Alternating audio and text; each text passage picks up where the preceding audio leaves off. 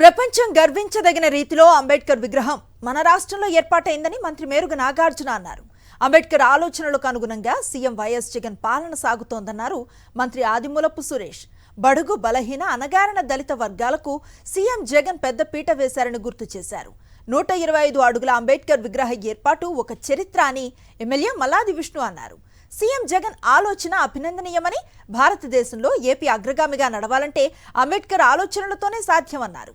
తుమ్మలపల్లి కళాక్షేత్రంలో జరిగిన doctor BR Ambedkar రాష్ట్ర స్థాయి సమావేశంలో మంత్రులు ఆదిమూలపు సురేష్, మేరుగ నాగార్జున, ఎమ్మెల్యే మల్లాది విష్ణు తదితరులు పాల్గొన్నారు. సంక్షేమం అండ్ అభివృద్ధి రెండు కళ్ళుగా భావించి జగన్మోహన్ రెడ్డి గారు గత 4.5 సంవత్సరాల కాలంలో ప్రధానంగా బడుగు బలహీన వర్గాల వారికి, దళిత వర్గాల వారికి, అణగారిన వర్గాల వారికి ఒక సోషల్ ఎంపవర్మెంట్ అందించాలి అనే ఆలోచనతో అన్ని రంగాల్లో ప్రధానంగా రాజకీయంగా, సామాజికంగా, ఆర్థికంగా అండ్ విద్యాపరంగా ఈ 4 అంశాలని తీసుకొని అనేకమైనటువంటి కార్యక్రమాలు చేసి ఈరోజు చిట్ట చివరి కుటుంబం ఎవరైతే ఉన్నారో వారికి కూడా ఈ సంక్షేమ ఫలాలు అందించాలనే ఒక ఆలోచనతో ఈ యొక్క పరిపాలన devolved on 4 pillars, just as how democracy is built on 4 pillars. Jagananna ప్రభుత్వం కూడా ప్రధానంగా జవాబుదారీతనం, అకౌంటబిలిటీ, పారదర్శకత, ట్రాన్స్పరెన్సీ, కరప్షన్ ఫ్రీ, అవినీతి రహితం అండ్ ఎఫెక్టివ్నెస్, సమర్థవంతమైనటువంటి పరిపాలన, ఇది మా ప్రభుత్వం యొక్క మూల సూత్రాలని చెప్పి కూడా ఈ సందర్భంగా మీ అందరికీ మనవి చేసుకుంటున్నాను.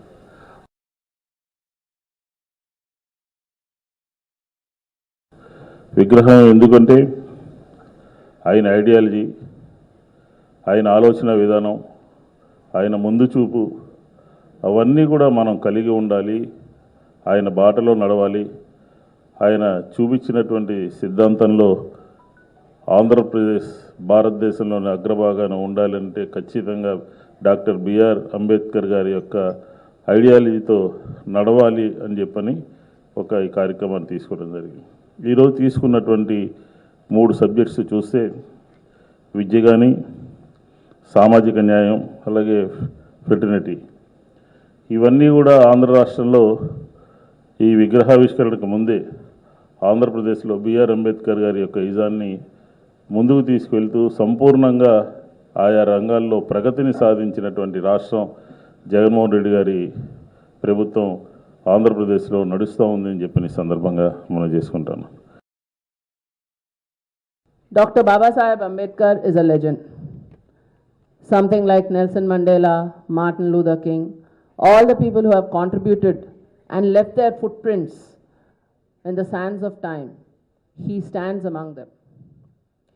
ఆ రోజుల్లోనే with a small scholarship, 11.5 pounds, which he had to request the Raja Gaikwad of Baroda to give him, he took that scholarship and he ventured into a foreign land. Look at his thirst for knowledge. Development of mind must be the ultimate goal of human existence, Annarayan. Aa rojullo, look at his thirst for knowledge. With that small scholarship, he went.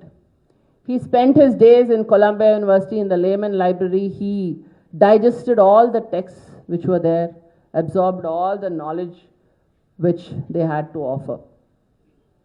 Tarvata, he moved on to London in 1916 for a double degree. He studied in London School of Economics, Gray's Inn for his legal degree, and then during World War, he ran out of money. His scholarship was exhausted, so he had to quit midway and come back.